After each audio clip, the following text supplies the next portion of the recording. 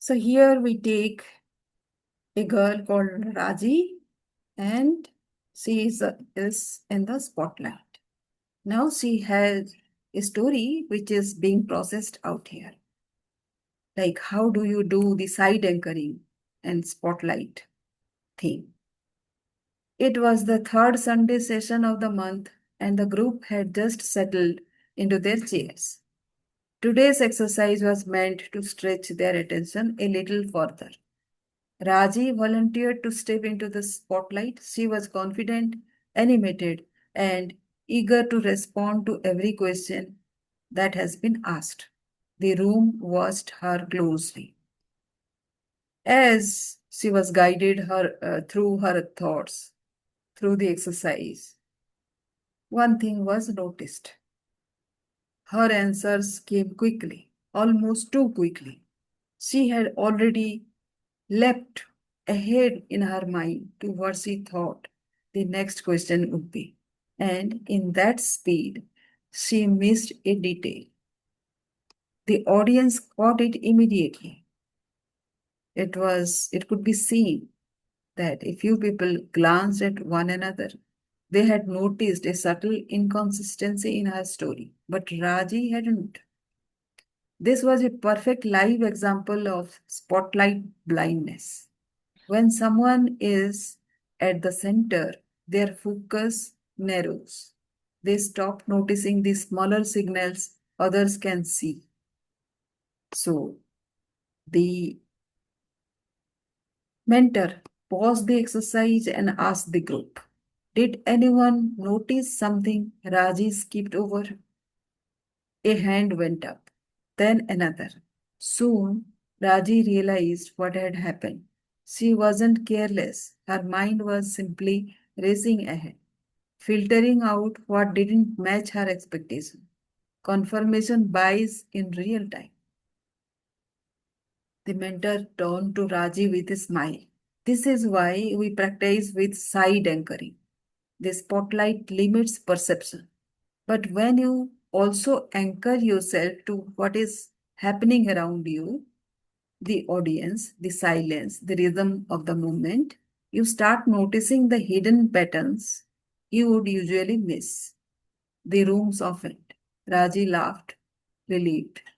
It wasn't about her mistake. It was about learning that practice sharpens awareness of self, of others, and of those subtle cues that can only be caught when you aren't racing ahead. So, the reminder was influence isn't about hijacking someone's mind. The moment you feel forced, you resist. But when you play with attention gently, noticing what others miss, guiding without pressure, learning becomes effortless. The group leaned back, reflective. The key insight landed. Being in the spotlight narrows vision. Side anchoring opens it. So, how do you do that side anchoring if you are in the spotlight? So, here is the process. When someone is in the spotlight, their attention is naturally focused on themselves and their own next steps. They miss subtle cues that the audience picks up. Example, Raji missed a detail because her mind had already jumped ahead to the next question. Now comes the role of confirmation bias.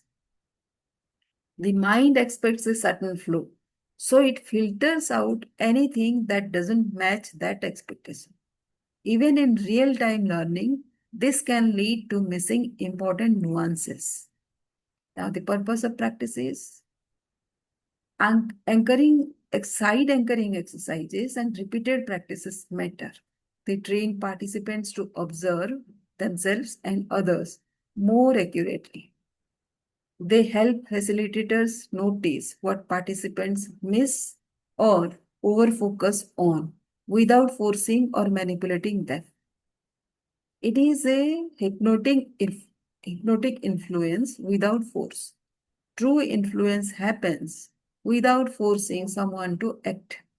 The moment someone senses they are being hijacked, the effect stops. Subtle cues, attention shifts, and context awareness are more powerful than direct instruction.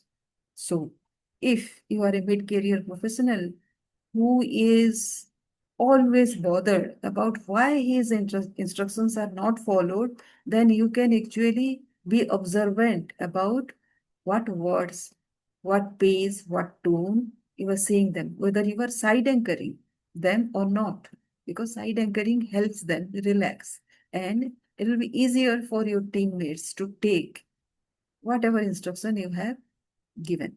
So, the key insight is being in the spotlight reduces perception. Side anchoring helps both facilitator and participants observe hidden patterns, bias, and attention gaps, enabling subtle influence without words. So, always, while you are trying to influence somebody positively, of course, then do this side anchoring. Allow them to see what they themselves didn't see and how their mind is racing. Of course, this requires some kind of expert handling, but over a period of time, you have become a leader because you have observed your team, how it behaves, and you have learned how to do the side anchoring. It is just that you don't remember to use it at certain times because your mind also races. So, this is the exercise when your own mind races to influence somebody in your own way. Hope this helps. Let us go to the next story.